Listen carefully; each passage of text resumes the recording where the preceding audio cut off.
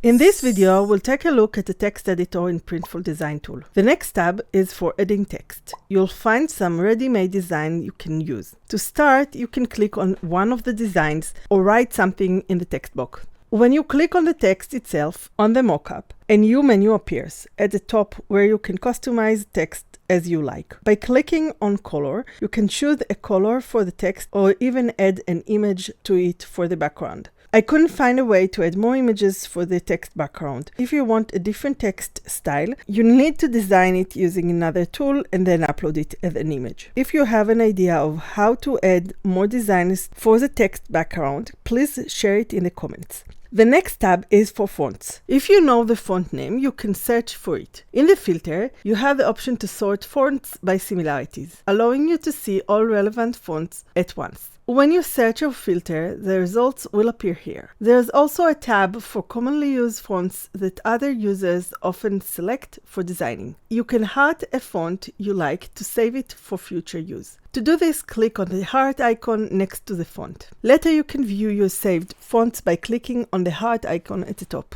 which will show a list of all the fonts you've marked.